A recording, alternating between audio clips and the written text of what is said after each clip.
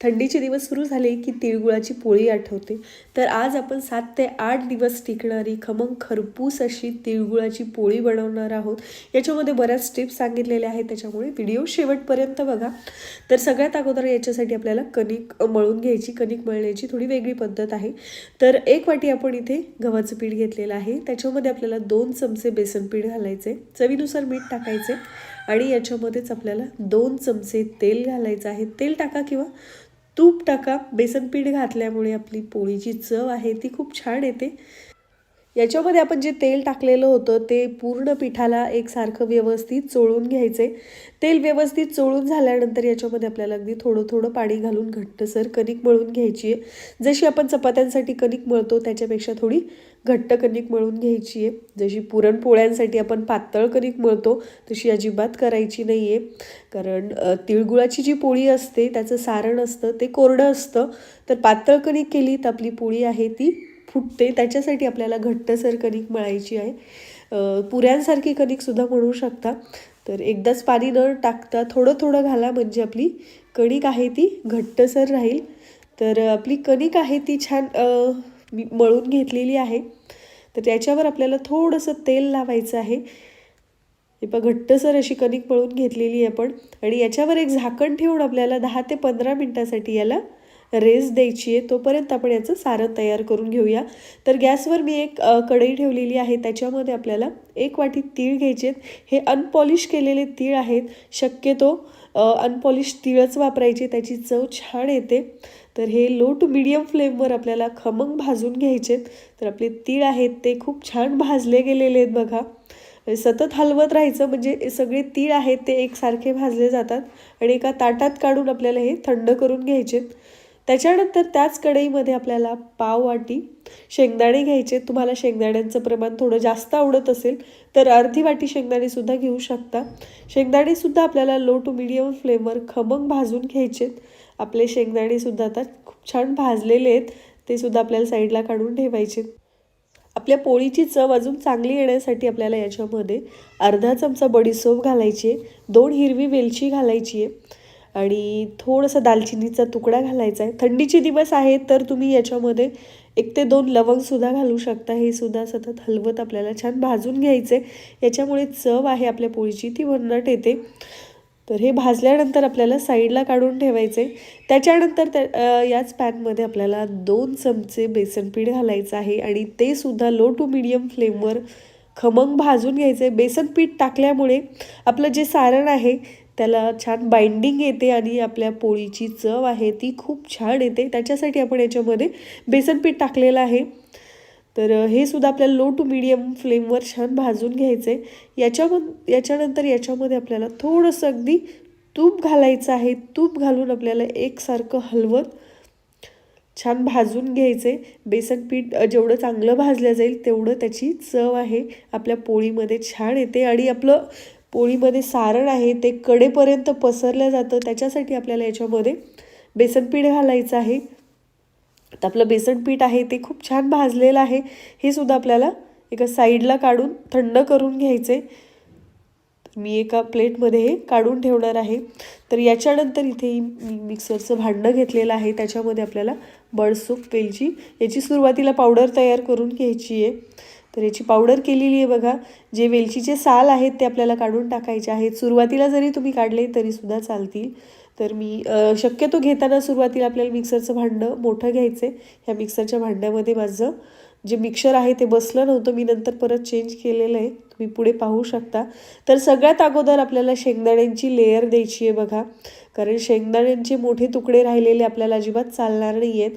त्याच्यानंतर अर्धे तीळ टाकायचे आहेत आणि ज्या वाटीने आपण तीळ मोजून घेतलेले त्याच वाटीने 1 वाटी आपल्याला एकदम मऊसूद गूळ घ्यायचा आहे. गूळ घेताना शक्यतो चिक्कीचा गूळ घ्यायचा आहे किंवा मग एकदम मऊसूद जो गूळ असतो तो घ्यायचा आहे. याच्यातला अर्धा गूळ आपल्याला सुरुवातीला टाकायचा आहे. अशा लेयर तुम्ही दिल्या तर आपलं मिश्रण आहे ते खूप छान होतं. एकसारखं सगळ्या वस्तू आहेत त्या मिक्स होतात. त्याच्यानंतर आपल्याला राहिलेले सगळे तीळ याच्यामध्ये टाकायचे आणि जो राहिलेला गूळ होता तो सुद्धा याच्यामध्ये टाकायचा आहे. आणि मिक्सर आपल्याला चालू बंद करत करत हे बारीक करून घ्यायचे. मिक्सर आपण सतत चालू ठेवला तर तिळाचं आणि शेंगदाण्याचं तेल सुटतं आणि आपलं जे मिश्रण आहे त्याचे लगदे होतात, गोळा तयार होतो. असं होऊ नये, आपल्याला छान कोरडं सारण हवं आहे यासारखं. त्याच्यासाठी मिक्सर आपण चालू बंद करत करत फिरवलेलं आहे. तर मी सुरुवातीला छोटं भांडं घेतलेलं होतं, त्याच्यामध्ये बसलं नाही म्हणून मी नंतर भांडं चेंज केलेलं आहे. याच्यामध्येच आपल्याला आता बेसन पीठ टाकायचं आहे आणि परत एकदा थोडंसं फिरवायचं म्हणजे बेसन पीठसुद्धा आपल्या पूर्ण सारणामध्ये व्यवस्थित मिक्स होईल बघा. तर मस्त असं आपलं सारण तयार झालेलं आहे. ते एका बाउलमध्ये काढून घ्यायचं आहे आणि एकदा व्यवस्थित हाताने मिक्स करून घ्यायचं. याच्यामध्ये काही गोळे राहिलेले असतील तर ते हाताने फोडून घ्यायचेत. तर याच्यामध्ये शेंगदाण्यांचे किंवा मग गुळाचे मोठे खडे राहायला नकोत. असे जर मोठे खडे राहिले तर आपली पोळी आहे ती फुटते. तर तसं होऊ नये त्याच्यासाठी ती काळजी घ्यायची आहे. एकसारखं व्यवस्थित मिक्स करायचं आहे आणि एखाद्या एअरटाईट डब्यामध्ये हे सारण तुम्ही 2 ते 3 महिन्यांपर्यंत आरामशीर स्टोअर करू शकता. तर याच्यानंतर आपल्याला पोळी तयार करून घ्यायची. आपली कणिक छान भिजलेली आहे. तुम्हाला कोणत्या आकाराची पोळी बनवायची आहे त्या आकाराची एक पिठाचा गोळा घ्यायचा आहे आणि याप्रमाणे त्याची वाटी तयार करून घ्यायची आहे. जर हाताला चिकटत असेल तर थोडीशी कणिक लावायची आहे आणि वाटी तयार करून त्याच्यामध्ये जेवढं बसेल तेवढं सारण भरून घ्यायचं आहे. दाबून दाबून भरायचं आहे. त्याच्यामध्ये अजिबात हवा राहायला नको. जर हवा राहिली तर लाटताना पोळी आपली फुटते. त्याच्यासाठी दाबून दाबून आपल्याला व्यवस्थित सारण भरून घ्यायचं आहे. अजून सारण भरते, भरपूर असं सारण भरतोय आपण तरीसुद्धा आपली पोळी फुटत नाही आणि खूप छान होते. अगदी हलक्या हाताने दाबून आपल्याला याच्यामध्ये हवा राहणार नाही ही काळजी घेऊन दाबून घ्यायचे आणि हाताने याप्रमाणे आपल्याला थोडीशी पसरवून घ्यायची म्हणजे जे सारण आहे ते सगळीकडे एकसारखं पसरलं जातं. तर याला आपल्याला थोडीशी पिठी लावायची आहे आणि याची पोळी लाटून घ्यायची आहे. अगदी हलक्या हाताने लाटायची आहे. खूप जोरात लाटली तर आपली पोळी आहे ती फुटू शकते आणि तिळाची पोळी आहे शक्यतो पातळ करायची आहे आणि दोन्ही साईडनी आपल्याला एकसारखी लाटून घ्यायची आहे. एकाच साईडनी लाटून नाही घ्यायची आहे. जेवढी तुम्हाला पातळ लाटता येईल तेवढी पातळ ही पोळी लाटून घ्यायची आहे. तिळाची पोळी जेवढी पातळ असते तेवढी खमंग आणि खूप छान लागते. तर एकदम छान आणि पातळ अशी पोळी मी लाटून घेतलेली आहे बघा. याचं सारण आहे तुम्हाला दिसत असेल पूर्ण कडेपर्यंत गेलेलं आहे. एकसारखं सारण पसरलेलं आहे बघा याच्यामध्ये. हे पहा कडेपर्यंत सारण गेलेलं आहे.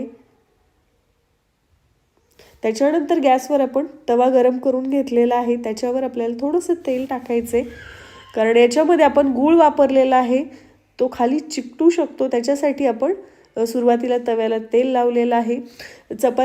पोळी टाकल्यानंतर आपल्याला गॅसची फ्लेम लो टू मीडियम ठेवायची आहे आणि लो टू मीडियम फ्लेमवरच आपल्याला ही तिळाची पोळी आहे ती खमंग भाजून घ्यायची आहे. हे पण तिळाची पोळी असून सुद्धा ती किती छान टम फुगलेली आहे. तर याला तुम्ही तेल लावू शकता किंवा तूप लावू शकता आणि मस्त खमंग भाजून घ्यायची आहे. मस्त अशी आपली तिळाची पोळी तयार झालेली आहे बघा. तर एका पेपरवर काढून आपल्याला ह्या थंड करून घ्यायच्यात. याचप्रमाणे मी बाकीच्या सुद्धा पोळ्या तयार करून घेतलेल्या आहेत. थंड झाल्यानंतर मस्त कडक झालेल्या आहेत बघा. मी तुम्हाला एक तोडून दाखवते. याचं सारण पाहू शकता मस्त आतपर्यंत गेलेलं आहे आणि भरपूर सारण भरलेलं आहे आपण. आणि ही पोळी तुम्ही एकदा बनवून 7 ते 8 दिवसांसाठी स्टोअर करू शकता आणि जे सारण बनवलेलं आहे ते 3 महिन्यांपर्यंत एअरटाईट डब्यामध्ये स्टोअर करू शकता. तर तुम्हाला हा व्हिडिओ आवडला असेल तर जास्तीत जास्त शेअर करा आणि लाईक करायला विसरू नका.